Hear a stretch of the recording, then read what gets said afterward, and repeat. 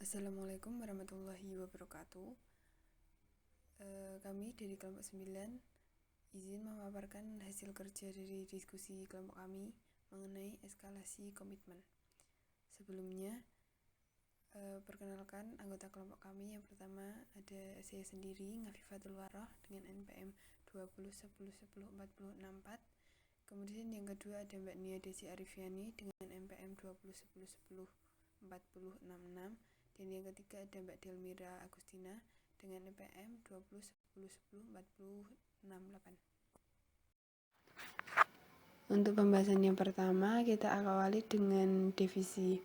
Jadi, eskalasi komitmen adalah komitmen seorang pengambil keputusan untuk tetap melanjutkan dan memperluas komitmen awalnya terhadap pelaksanaan suatu investasi proyek atau usaha-usaha tertentu yang sudah tidak menguntungkan atau memberikan umpan balik yang negatif.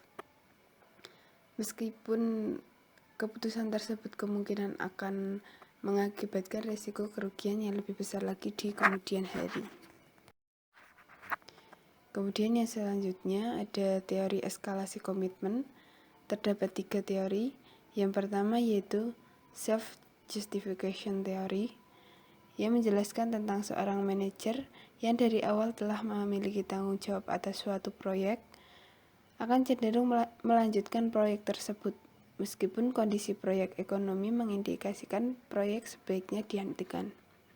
Itu merupakan pendapat dari Bruckner pada tahun 1992. Kemudian yang kedua ada teori keagenan.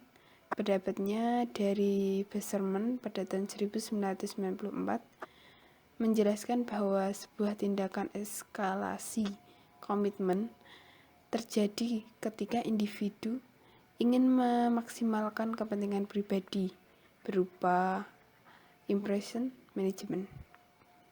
Terus yang ketiga ada prospek teori, yaitu seorang individual akan menunjukkan perilaku berani mengambil risiko ketika kerangka masalah merupakan pilihan yang mengalami kerugiannya. Eskalasi komitmen sebagai tindakan rasional. Pada umumnya, penelitian akuntansi keperilakuan memandang eskalasi komitmen sebagai tindakan irasional yang menurunkan nilai proyek bagi suatu organisasi. Beiserman pada tahun 1994 menjelaskan eskalasi komitmen sebagai tindakan irasional dengan menggunakan dua paradigma, yaitu yang pertama paradigma unilateral. Eskalasi timbul karena adanya satu pihak yang membuat keputusan mulai dari keputusan awal sampai keputusan berikutnya.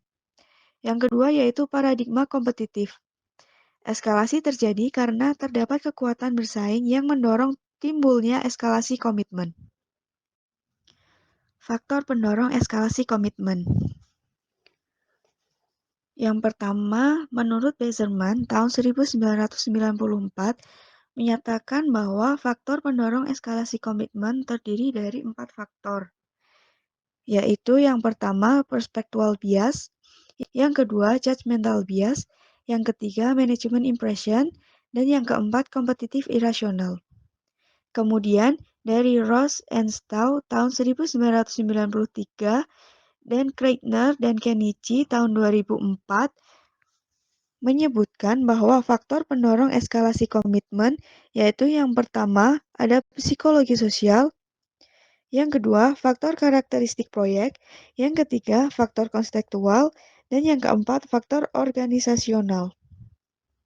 Selanjutnya, menurut Kate et al. Tahun 2000 menyatakan bahwa faktor pendorong eskalasi komitmen yaitu yang pertama risk propensity, yang kedua risk perception, dan yang ketiga yaitu sunk cost. Strategi deeskalasi komitmen. Yang pertama mengevaluasi manajer. Yang kedua menciptakan etika dan lingkungan etis yang kuat. Yang ketiga menyediakan umpan balik yang tidak ambigu, menyiapkan laporan perkembangan proyek. Yang keempat menetapkan target, membuat keputusan, mengurangi ego, memberikan umpan balik, mengurangi resiko, dan persistensi biaya. Yang kelima yaitu membuat luaran negatif dan menetapkan target. Selanjutnya, faktor penyebab terjadinya eskalasi. Faktor yang pertama yaitu bias persepsi. Bias persepsi terjadi ketika individu telah memilih keputusan tertentu dan memilih informasi-informasi secara selektif untuk mempertahankan komitmen pada keputusan yang dipilihnya. Bias persepsi ini terjadi ketika individu mencari produser pembenaran atas tindakan yang telah dipilihnya. Kemudian, faktor yang kedua yaitu bias pertimbangan. Keputusan diambil setelah menyaring informasi yang akan digunakan untuk mengambil keputusan selanjutnya. Pada contohnya yaitu manajer kredit klien. Maka individu akan cenderung melanjutkan komitmen pada tindakan yang telah dipilihnya, yaitu dengan memberikan tambahan kredit. Hal ini dapat dijelaskan dengan teori pembengkaian, bahwa ketika informasi feedback negatif, maka individu cenderung berani mengambil resiko. Faktor yang ketiga yaitu impression management. Penghargaan yang didasarkan pada hasil saja akan mendorong eskalasi komitmen. Apabila penghargaan didasarkan pada kualitas keputusan, maka pegawai akan termotivasi untuk membuat keputusan terbaik yang mungkin diambil pada poin keputusan berikutnya, sehingga terhindar dari eskalasi komitmen. Faktor yang terakhir yaitu competitive irrationality. Merupakan situasi di mana dua pihak yang melakukan tindakan tidak rasional atau dalam hal hasil yang akan diperoleh kedua belah pihak, ini sangat sulit untuk mengidentifikasi tindakan irasional secara spesifik yang dilakukan kedua belah pihak. Selanjutnya, cara mengurangi eskalasi komitmen dapat dilakukan dengan cara yang pertama, umpan balik yang tidak ambigu. Umpan balik yang tidak ambigu mendorong suatu pencarian strategi alternatif yang lebih tepat. Kemudian yang kedua, progress report. Individu bersifat bounded rationality atau mempunyai keterbatasan rasional.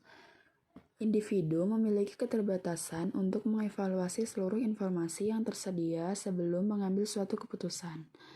Laporan kemajuan diharapkan dapat membantu individu dalam mengelola informasi, sehingga mengurangi bias keputusan karena memperbaiki konsistensi dan kualitas judgement.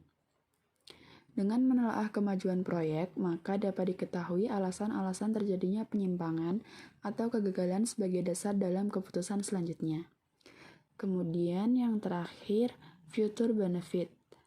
Pembuat keputusan berdasarkan keputusannya pada biaya historis atau sunk cost atau biaya-biaya yang dikeluarkan daripada biaya-biaya dan manfaat masa depan. Ketersediaan informasi biaya dan masa manfaat depan bermanfaat bagi pembuat keputusan harus melakukan pertimbangan dan tidak membiarkan sunk cost mempengaruhi keputusannya atas investasi tambahan karena tindakan yang kita ambil seharusnya berorientasi pada masa depan dengan mengevaluasi hanya pada biaya keuntungan masa depan. Contoh kasus eskalasi komitmen terjadi pada pelaksanaan megaproyek pengembangan prestasi olahraga nasional di Hambalang yang telah menghabiskan uang negara. Pada tahun 2011, proyek tersebut mengalami longsor yang menimpa sebagian bangunan di proyek Hambalang. Hal tersebut disebabkan karena kondisi tanah yang bersifat rapuh dan tidak layak untuk dilakukan pembangunan. Para pembuat keputusan dari proyek Hambalang menghadapi situasi yang tidak menyenangkan, karena Kemenpora dihadapkan pada keinginan yang bertentangan dalam situasi yang sulit. Di satu sisi, mereka ingin melanjutkan proyek, mengingat pengeluaran yang telah terjadi dan sejumlah bangunan yang sudah ada di Hambalang tidak mungkin dihapuskan karena telah menjadi aset negara. Di sisi lain, para pembuat keputusan proyek Hambalang juga mempertimbangkan sejumlah umpan balik negatif dari proyek. Salah satunya yaitu masalah struktur tanah di Hambalang yang menyebabkan proyek tersebut tidak layak dilanjutkan. Namun, Kemenpora memilih untuk tetap meneruskan proyek Hambalang, hingga proyek tersebut mangkrak di tahun 2012. Proyek Hambalang ada kemungkinan untuk dilanjutkan dengan menambah investasi. Namun, pembangunan tersebut tidak akan sesuai dengan rencana pemanfaatan awal. Masalah Hambalang merupakan salah satu situasi eskalasi komitmen di mana sumber daya yang sebelumnya diinvestasikan seperti uang, waktu, atau usaha tidak memberikan hasil yang positif, dan terdapat ketidakpastian apakah investasi tambahan akan menghasilkan kesuksesan. Sekian presentasi dari kami. Apabila masih terdapat banyak kekurangan, kami mohon maaf. Kami akhiri. Wassalamualaikum warahmatullahi wabarakatuh.